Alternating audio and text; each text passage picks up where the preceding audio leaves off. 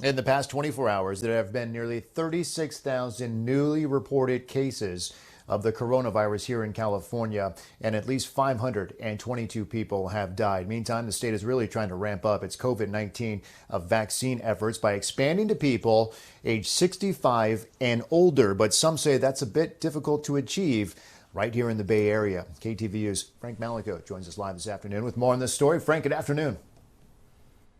Mike, good afternoon to you. The vaccine is here in abundance here in California, but getting it out to the public, as you mentioned, has been a bit of a chore. Of the 3.4 million doses of vaccine that's available here in the state, only 26% of that has been given out, and that's less than 1 million people. And nationwide, numbers a little bit better, but not great. It's only at 35%. Dropping that eligibility age now down to 65 means another 4 million more Californians are now waiting the vaccine, pushing the total number waiting to 6.6 million. So there are now some big plans in the works to open up bigger venues like the Oakland Coliseum, Dodger Stadium in Southern California, and even Disneyland to reach more people quickly.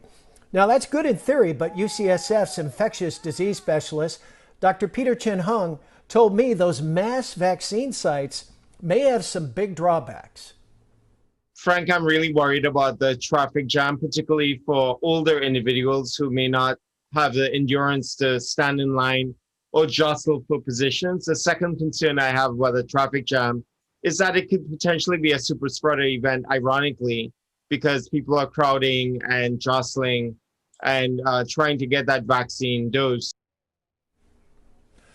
Dr. Chin Hung said the organization behind distributing the vaccine is as important as the science behind it. He does believe it'll work itself out, but in the meantime, a number of Bay Area counties, including Santa Clara, continue to do their level best to keep up with these new guidelines.